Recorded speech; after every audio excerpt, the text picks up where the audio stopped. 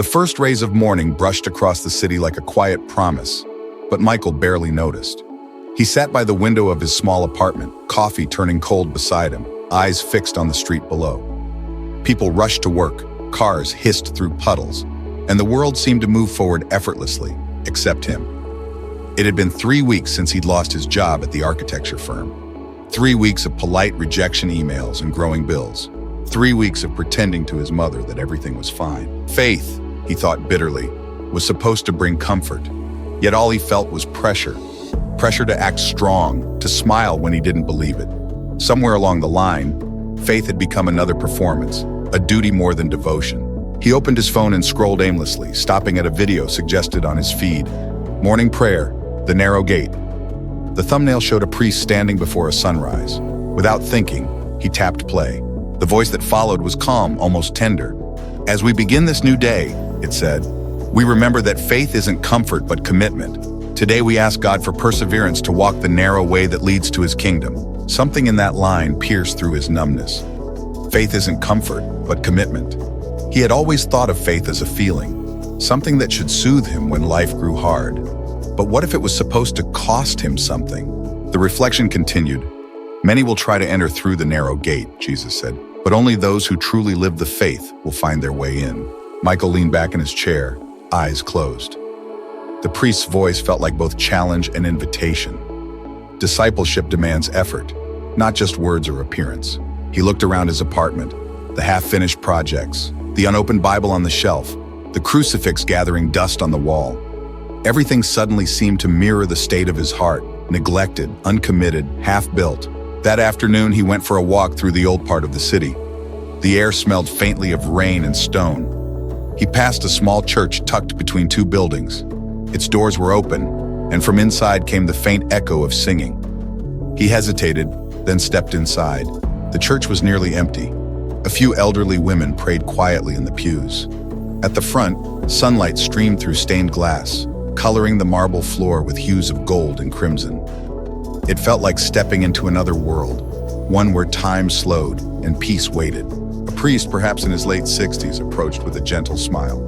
"Welcome," he said. "First time here?" Michael nodded. "Just needed a place to think." The priest nodded knowingly. "That's what churches are for." He gestured to the rows of candles by the altar. Each of those lights was lit by someone asking for strength to keep walking their narrow path. Michael looked at the flickering lights. "The narrow path," he repeated softly. "What if I don't know where it leads anymore?" The priest smiled.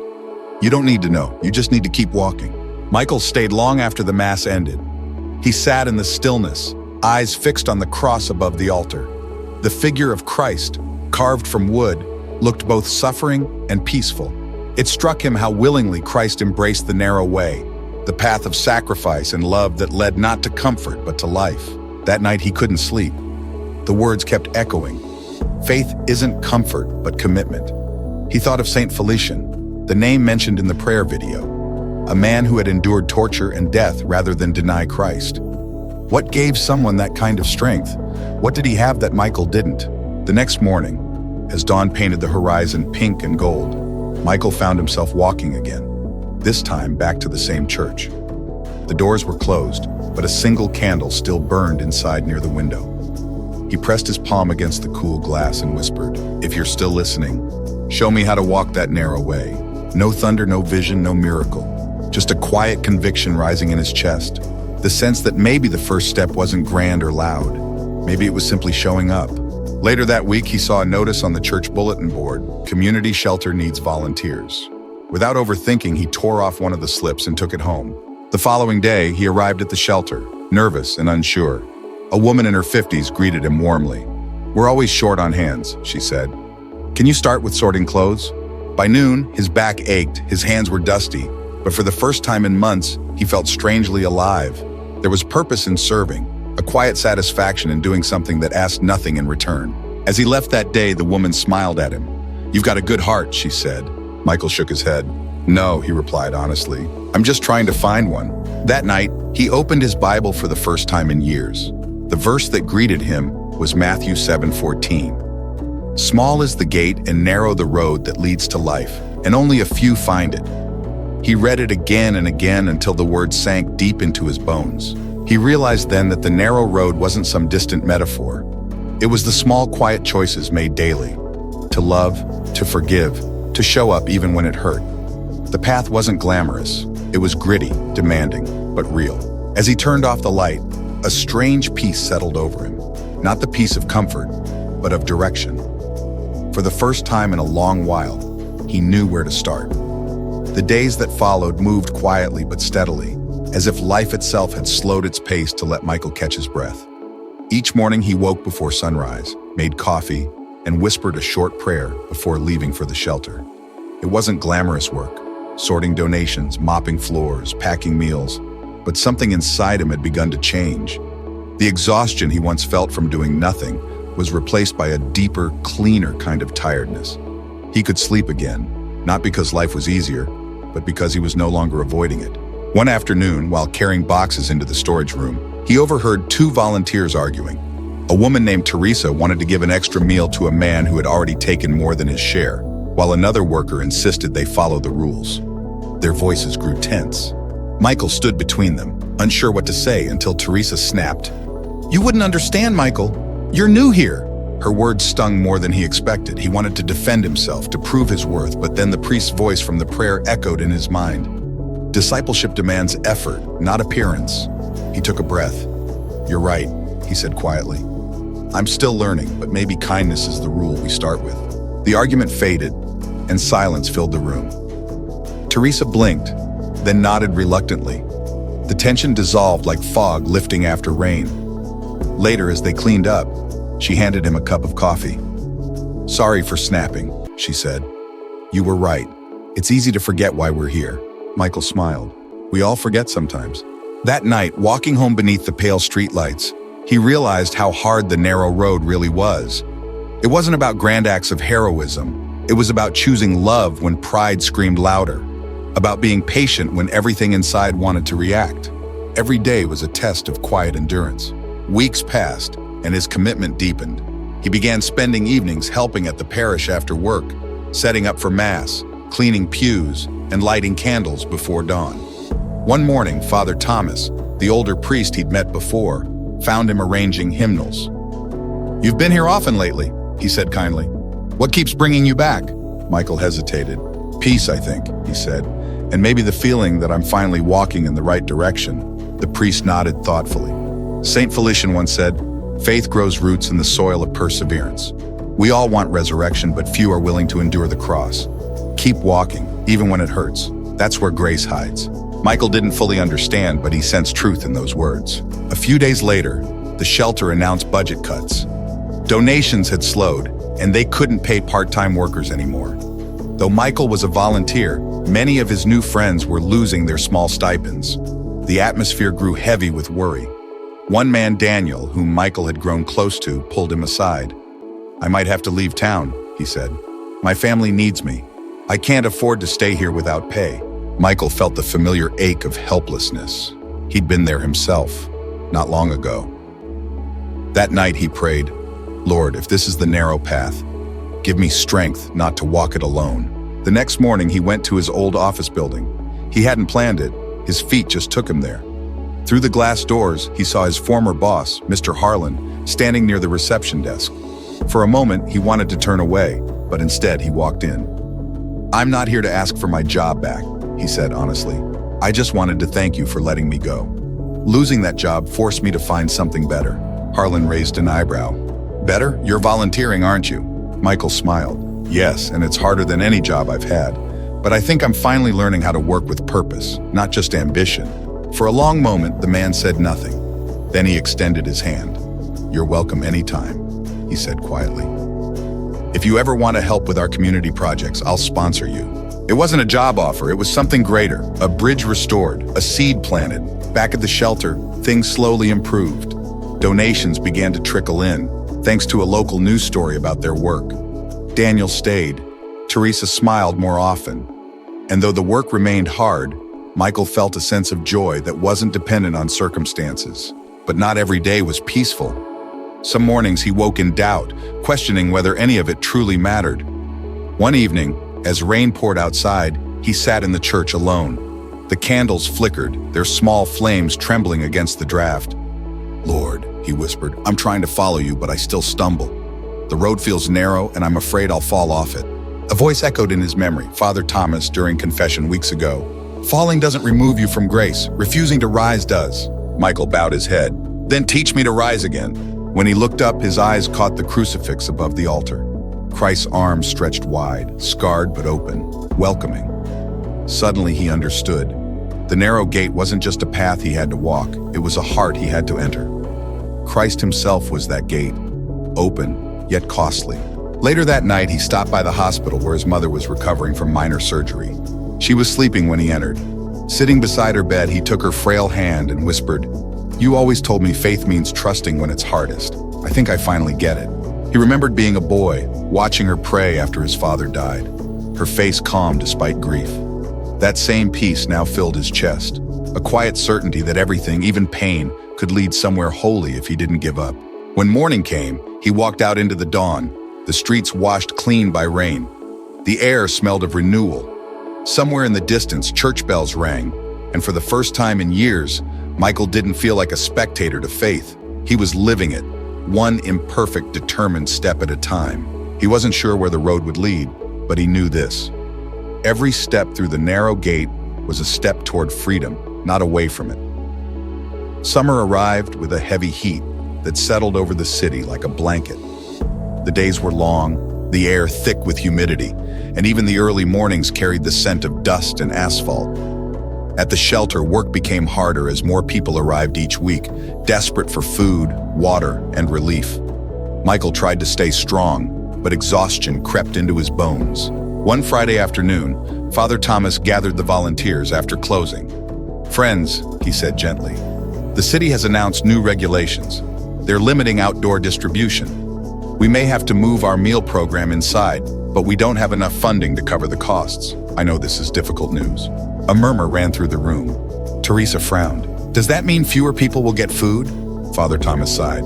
"For a while, yes." As the others talked quietly, Michael felt a surge of frustration. He had watched this place grow into a beacon of hope, and now bureaucracy threatened to dim its light. Later that evening, he walked home under a bruised sky, the heat clinging to his shirt. "Why, Lord?" he whispered. "Why does good work always meet resistance?" He didn't expect an answer, but the silence that followed felt heavier than usual. He passed a homeless man sitting by the curb, eyes vacant. Michael stopped, pulled a small sandwich from his bag and offered it. The man accepted it without a word, and when their eyes met, something shifted. The gratitude there was wordless but unmistakable. Michael kept walking, realizing that the narrow road might not be about solving every problem, but about loving whoever was in front of him, even when it changed nothing else. The following week brought a deeper blow. His mother's health declined suddenly. A late-night call jolted him awake. She'd suffered a minor stroke. When he reached the hospital, she was pale, her breathing shallow but steady. Seeing her like that, the woman who had held the family together after his father's death, broke something inside him. He spent nights by her bedside, praying silently, fighting the rising tide of fear. He remembered Saint Felician, how he had endured persecution, imprisonment, pain, and death with unwavering faith. Michael tried to imagine that kind of courage, and wondered if he had even a fraction of it. One evening, while sitting in the hospital chapel, a nurse approached quietly. "You've been here a lot," she said softly. "Your mother's lucky to have you." "I think I'm the lucky one," he said. "She taught me how to pray." The nurse smiled. "Then keep doing that. Prayer changes things, even if it's only you." Her words followed him home that night. He realized prayer wasn't magic. It was muscle, built through repetition, strengthened through pain. But the days grew heavier. One morning, the shelter director called him aside. "Michael," she said, "I need to tell you something. The city's cutting our funding further. We're shutting down temporarily. I'm so sorry." He felt like the ground had given way beneath him. First his job, then his mother's illness. Now this. Everything he had worked to rebuild was slipping through his fingers again. That evening, he went to the church but found it closed for maintenance. Standing outside the locked doors, he felt a surge of anger. "How much more, Lord?" he said under his breath. "You asked me to walk through the narrow gate. I'm trying. But it feels like the harder I follow, the more you take away." His voice echoed in the empty street. There was no thunder, no miracle, just a gust of warm wind that stirred the leaves. He sank to the steps and covered his face. For the first time in months, tears came freely. When he finally looked up, he noticed an elderly man sitting at the far end of the steps, holding a small wooden cross. The man smiled faintly. "It's a hard gate, isn't it?" he said. Michael blinked through his tears. "You could say that." The stranger nodded. "I used to think the narrow gate was about sacrifice, giving things up, proving yourself, but it's not. It's about trust. It's about walking even when your hands are empty." Michael studied the man, unsure how he knew exactly what to say. The man stood slowly, leaning on his cane. "Keep walking, son. The narrow gate isn't somewhere you reach. It's someone you become." Before Michael could reply, the man had already begun down the street, disappearing into the fading light. He sat there for a long time afterward, the words sinking into him like rain on dry ground. The gate isn't somewhere you reach. It's someone you become. The next morning, he visited his mother again. Her condition had stabilized, but she was weak. When she opened her eyes and saw him, she smiled faintly. "You're still here," she whispered. "Always," he said, taking her hand. She squeezed it gently. "Then keep going. Don't let this world make your heart hard. That's how you'll lose the way." Her voice trembled but carried the same faith that had guided her through years of hardship. Michael felt tears sting his eyes again. "I'm trying," he said softly. She smiled faintly. "Then that's enough." Days later, the doctors said she could go home. He thanked them quietly, then walked out into the parking lot, the sun glaring off the asphalt. Everything looked the same, yet everything felt different. He had walked through another storm and hadn't collapsed. Something inside him had solidified. A resolve not built on success or certainty, but surrender. When he arrived at the shelter that afternoon to help close up, Teresa and Daniel were there too.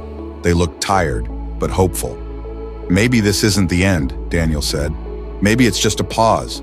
Michael nodded. "Faith survives pauses. We'll start again." He didn't know how or when, but he believed it. That night, he sat at his window with his mother's rosary in his hands. The city buzzed outside, lights blinking like faraway stars. He thought of St. Felician standing firm in the darkness of a Roman prison. He thought of his mother's fragile strength, the stranger's quiet wisdom, the priest's reminder to keep walking. Maybe the narrow road wasn't supposed to make sense. Maybe it simply required him to say yes, again and again, even when every part of him wanted to quit. As he prayed, he felt a warmth settle over him, not unlike the calm after a storm. For the first time in months, he didn't need answers. The silence no longer frightened him. It felt like presence, the kind that fills you when you finally stop demanding to be rescued and start trusting to be led. When he finally went to bed, he whispered the words he'd once feared to say, "Your will be done." Autumn crept into the city quietly, painting the trees in gold and rust while soft winds carried the smell of rain and burning leaves.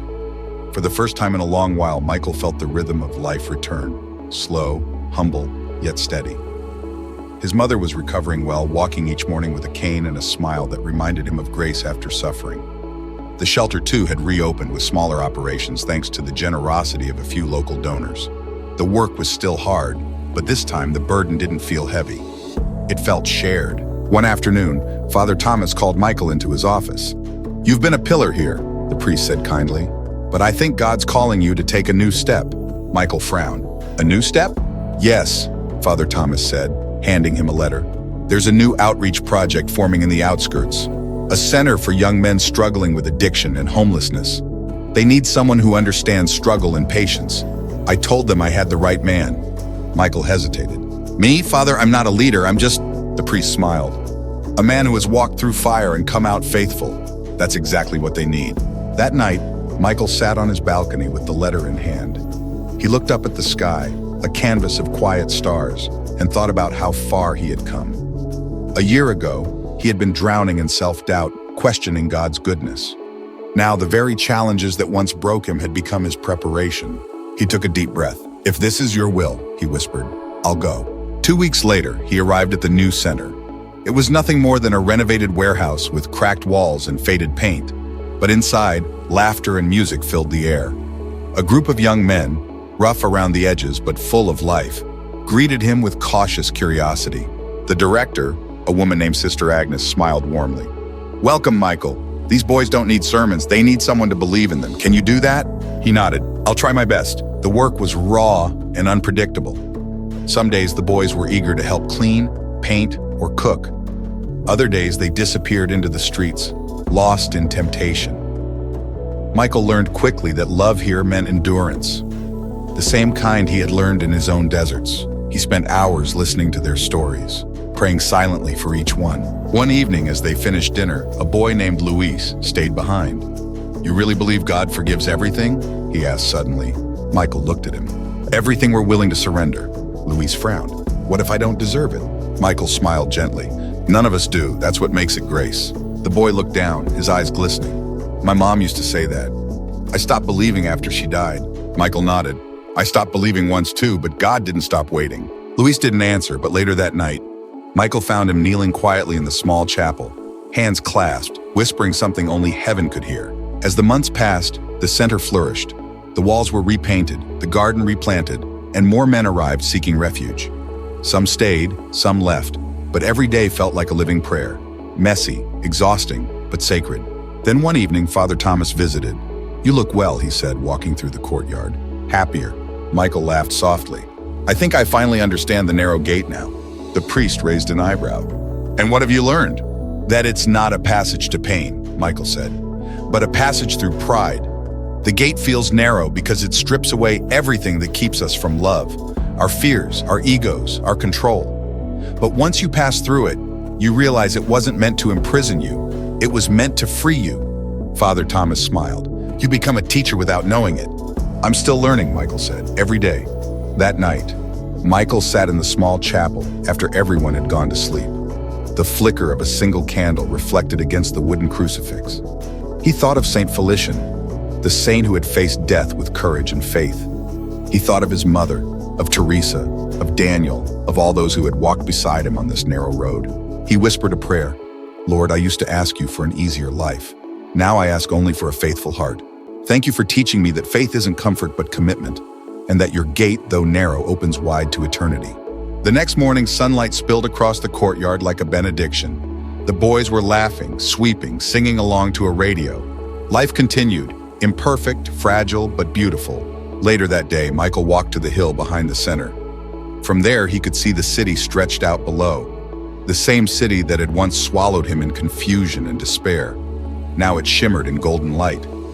He felt a peace that didn't depend on answers or outcomes, a peace that simply was. He closed his eyes and imagined Christ walking beside him, saying the same words he had once told his followers. "Strive to enter through the narrow gate." "I'm trying, Lord," Michael whispered, one step at a time. In that stillness, he realized something profound. The narrow gate wasn't about reaching heaven someday. It was about letting heaven reshape him now. Each act of kindness, each surrender, each quiet choice for good was a doorway, small, hidden, but leading straight into the heart of God. As dusk fell, he returned to the chapel one last time before locking up. The candlelight glowed softly against the crucifix, and the words from morning prayer echoed faintly in his heart. "Faith isn't comfort, but commitment." He smiled, whispering, "And commitment, Lord, is love that stays." When he stepped outside, the first stars had begun to appear, scattered like promises across the darkening sky. The road ahead would still have storms, but Michael no longer feared them. He had walked through loss, loneliness, and uncertainty, and discovered that every trial had been a doorway disguised as suffering. He turned toward the path that led back to the center, his steps light, his spirit steady. Behind him, the chapel bell rang softly, like a benediction carried by the wind.